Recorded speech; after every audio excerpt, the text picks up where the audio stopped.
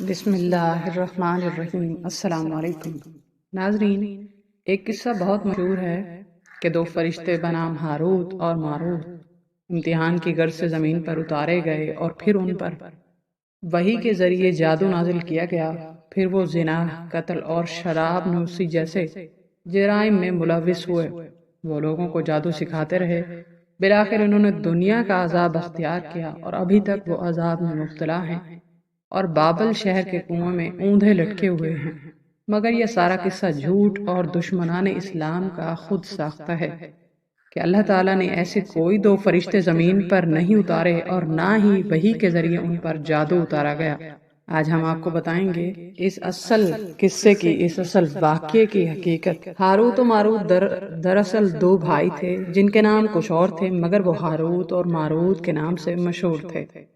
یہ انقلابی رہنما تھے جنہوں نے بابل میں قید یہودیوں کو رہائی دلائی تھی اور خود پھانسی چڑھ گئے تھے۔ جی ہاں، ان کی اس قربانی اور عظیم خدمت کی بنا پر تعریف کے طور پر انہیں فرشتے کہا جاتا تھا۔ بابل میں یہودی مظلوم و مقہور تھے تو ہاروت و ماروت نے ان میں آزادی حاصل کرنے کا احساس بیدار کیا، ان کو تحریک چلانے پر آمادہ کیا، جس کی پاداش میں ان دونوں بھائیوں اور ان کے تحریکی ساتھیوں کو ایسے تہ خانہ نما جیل میں قید کر لیا جس کی چھت گلائی میں کھلی ہوئی تھی اور لوہے کی بہت بڑی جالی اس میں لگی تھی، جس سے تہ خانے کا کچھ حصہ اوپر سے نظر آتا تھا۔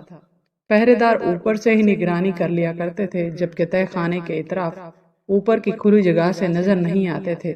ہاروت اور ماروت اور ان کے قیدی ساتھیوں نے وہاں سے فرار ہونے کے لیے زیر زمین سرنگ نکالنی شروع کی، جس کی مٹی وہ تہ خانے کے اطراف میں جمع کرتے تھے اور اوپر سے نظر نہ آ سکے۔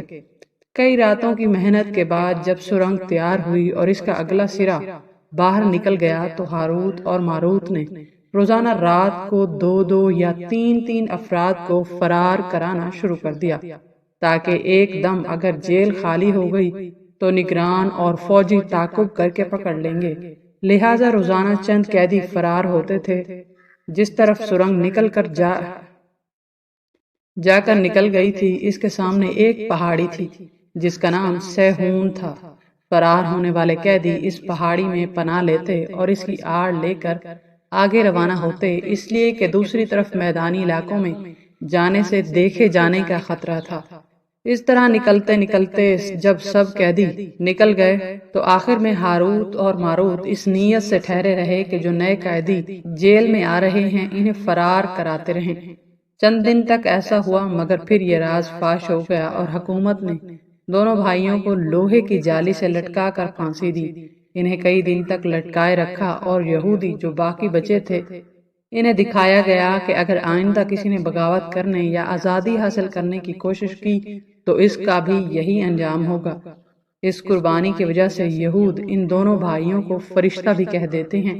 اردو میں بھی کہا جاتا ہے کہ فلاں آدمی تو فرشتہ ہے، یا جیسا کہ یوسف علیہ السلام کو عورتوں نے معزز فرشتہ کہا تھا، اس طرح ہاروت و ماروت بھی فرشتے محسوب ہو گئے اور یہودی نسل در نسل ان کا احسان اور اثار قربانی یاد کرتے رہے اور آج بھی وہ اس سیہون پہاڑ کو مقدس سمجھتے ہیں جس کی پناہ لے کر وہ فرار ہوئے تھے، اس لیے ان کا ایک نام سیہونی بھی ہے۔ یہ خالص مجاہدانہ و غازیانہ شہادت پر مبنی واقعہ وقت گزرنے کے ساتھ ساتھ عجیب و غریب داستان کی شکل اختیار کر گیا۔ تحقیق و جستجو کی صفت سے عاری بعض مسلمان مفسرین نے بھی اسے اسی طرح نقل کر لیا جس طرح سے بلا تحقیق چلا آ رہا تھا۔ چونکہ قرآن تاریخ کو خاص مقصد کے لیے پیش کرتا ہے، اس لیے یہ واقعہ بھی خاص مقصد کی وضاحت کے لیے ذکر ہوا ہے۔ قرآن نے اس واقعے کو جس ترتیب سے ذکر کیا ہے، اس پر غور کریں تو وہی بات ثابت ہوتی ہے جو ہم نے ان سطور کے آغاز میں کہا تھا کہ اللہ تعالیٰ نے جب عمل کرنے کے لیے احکام دیے تو عمل کی بجائے انہوں نے ہیلے بہانے تراش کر کے عمل سے پہلو تہی کی۔ قرآن میں اس واقعے کو جن دو آیتوں کے درمیان ذکر کیا گیا ہے، اس ترتیب سے سراہنا ثابت ہوتا ہے کہ اصل مقصد یہود کے بتائے ہوئے واقعے کا تذکرہ نہیں ہے، بلکہ یہ بتانا مقصود ہے کہ جس طرح یہود کو واضح آیات و احکام دیے گئے تھے، اس طرح تم پر بھی اس طرح کی آیات نازل کی ہیں۔ اگر وہ لوگ ان آیات و احکام پر عمل کرتے تو انہیں بہترین بدلہ ملتا۔ اس طرح تم بھی اگر نازل شدہ آیات بنیاد پر عمل کرو گے تو تمہیں بھی دنیا اور آخرت کی کامیابی ملے گی، مگر یہود نے عمل کی بجائے عبرت آموز واقعے کو چستان بنا دیا اور اصل مقصد کو پس پشت ڈال دیا۔ اگر تم بھی ایسا کرو گے تو ذلت و مسکنت تمہارا بھی مقدر بنے گی۔ تو اس واقعے سے یہی کچھ ثابت ہوتا ہے جو ہم نے عرض کیا، یہود کی تاریخ اور مسلمانوں کی حالت زار اس بات کی شہادت کے لیے کافی ہے۔ یہ صرف یہود کا بنایا ہوا قصہ ہے کہ 2 فرشتے تھے، ان پر جادو نازل ہوا۔ وہ کسی کو سکھانے سے پہلے کہتے تھے کہ ہم فتنہ ہیں، تم کفر مت کرو، پھر لوگ ان سے جادو سیکھتے تھے جس کے ذریعے میاں بیوی میں جدائی ڈالتے تھے وغیرہ وغیرہ۔ قرآن نے یہ سب غلط قرار دیا ہے کہ یہ سب شیاطین کا عمل ہے۔ اس واقعے کی حقیقت علامہ سید بدیع الدین شاہ راشدی صاحب رحمۃ اللہ علیہ کی اس کتاب میں واضح کر دی گئی ہے اور تمام روایتوں پر بحث کی گئی ہے، جس سے حقیقت نکھر کر سامنے آ جائے گی۔ ہم نے اپنی معلومات کے مطابق جو بہتر سمجھا وہ آپ کو بتا دیا۔ اختلاف رائے کا حق ہر شخص کو حاصل ہے۔